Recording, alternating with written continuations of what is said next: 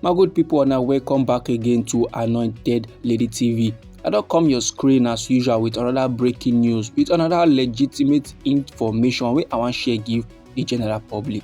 The koko now be say supporters of the Minister of the Federal Capital Territory, wey be Oga Wike, they don raise alarm about a planned anti-government protest wey go shele for inside Abuja, and this protest is allegedly organized by political opponents.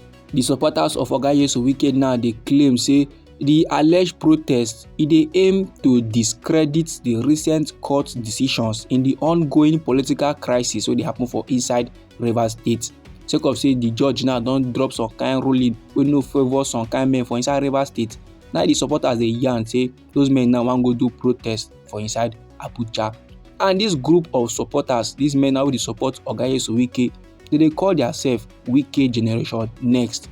They dey allege say some certain political figures now from Rivers State na dem dey behind the protest wey wan happen for inside Abuja o, and they dey believe very well say these opponents dey recruit members of civil society organizations wey be CSOs to stage demonstrations for inside Abuja wey be the federal capital. And according to this group, so this protest is very much intended to undermine judicial rulings on two critical issues for inside Rivers State. Number one, na the Rivers State 2024 budget, that is appropriation bill. Then number two, na the leadership of the Rivers State House of Assembly. No be small matter like this, so my good people. Now the leader of this group wey dey support Oga Wike, wey dey call themselves Wike Generation Next, the leader of this group, so they go by the name Okazo Powers.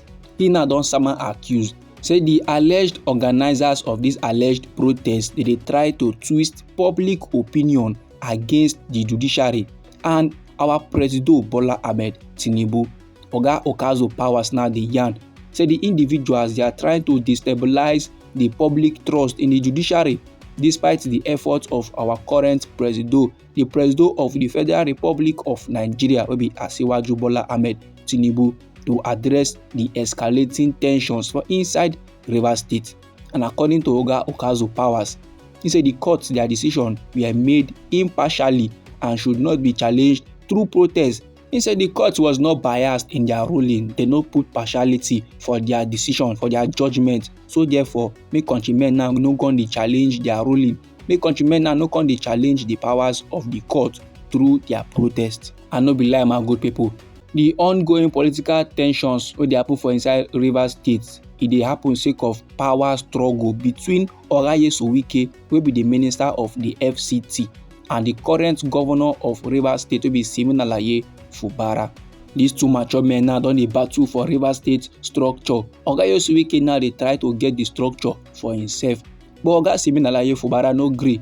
He say lie, say the structure of Rivers State, e belong to Rivers State people. But now Wàhàla come board on the side of the Rivers State governor, wey be Siminalayi Fubara, when Justice Joyce Abdulmalik of the Federal High Court for inside Abuja come stop allocations to the government of Fubara. She come drop ruling say from now henceforth, any federal allocations wey dey go to Rivers State must stop. Say any bank wey Oga Siminalayi Fubara dey go carry money must stop to dey give am money. And this verdict, my good people, was very much delivered on the 30th day of October for inside this year 2024. And that verdict now don prevent the Central Bank of Nigeria, with CBN, and other financial bodies from releasing funds to the Rivers State government. And all this level dey happen sake of say the Rivers State governor, wey be Siminalayi Fubara, im present the 2024 budget to a 4-member House of Assembly. According to Justice Joyce, he said that is against the law. She come dey argue say this action now, these things and things wey the Rivers State governor don commit, say they go against the Nigerian Constitution's requirements for budget approval, as the Rivers State House of Assembly don sadly reduced to only just 4 members. E no come dey meet the constitutional standard, and e reduce to 4 sake of say some kind lawmakers now, some kind members of the Rivers State House of Assembly wey dey support Oga Wike, they don kukuma comot body from the policy from the government of the Rivers State governor, wey be Siminalayi Fubara. Right now, the Rivers State House of Assembly, e don divide into 2.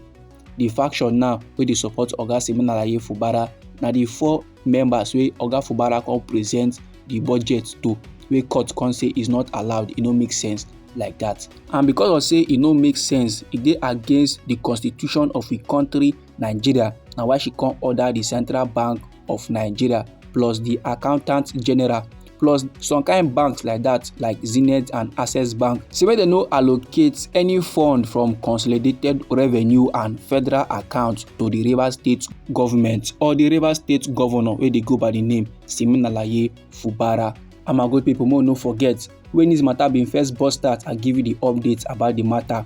Oga Siminalayi Fubara, when he observed the court judgment, he said that na the least of him worries. He can assure some kind workers for inside Rivers State, say make dem do the camps, make dem no panic at all. Say he go find ways and means to take make sure say dem collect their salary every month. Make dem no let the ruling of the court come shake their movement. Make dem no allow the judgment of the court now come dey make dem dey wonder say when and how they go take dey receive their monthly salary. Say make dem no panic at all. But no be small wahala like this, so my good people. No say even as the Rivers State governor don drop assurance say make the Rivers State workers dem do the camps. If the Rivers State governor no find solution to this palava on time, wahala go true dey o. And the only way solution fit come, but the only way this matter can be resolved na if the two factions, that is the men wey dey support Oga Siminalayi Fubara plus the men wey dey support Oga Wike come together as one. That na when court go fit lift their judgment, or the Independent National Electoral Commission wey be INEC, they go come choose side. Either they support the faction wey dey support Oga Wike, or dem go bingle with the faction wey dey support the Rivers State governor wey be Siminalayi Fubara, then do election to elect more members for the Rivers State House of Assembly. But that one no fit work sake of say the Independent National Electoral Commission, their chairman wey be Mahmudu, he na don come outside come yarn say like this na him dey for middle, he no fit put body for the matter, and that na sake of court ruling. Some kind judgment now dey against the Rivers State governor, some kind court judgment dey against the minister of the FCT, their faction. So therefore, he no fit come go interfere with court ruling. So this na for Rivers State members of assembly to settle their matter before INEC go fit come in.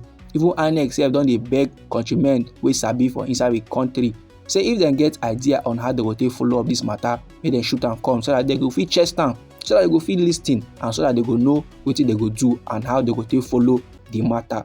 This my good people na the informate wey I wan share give the general public. Anyhow the thing be you for body, feel free make you drop am inside our comment section. Now we be Anointed Lady TV. Now we dey give una legit intel on the things and things wey dey happen for inside the country Nigeria. So if you like this update and you go like to receive more, try make you subscribe to this channel and try make you put on the notification bell, so that as we dey bring the news they come, I go first receive the updates and you go get them sharp. I dey come your side again with another legit intel for you, my good people. Abeg, no go anywhere.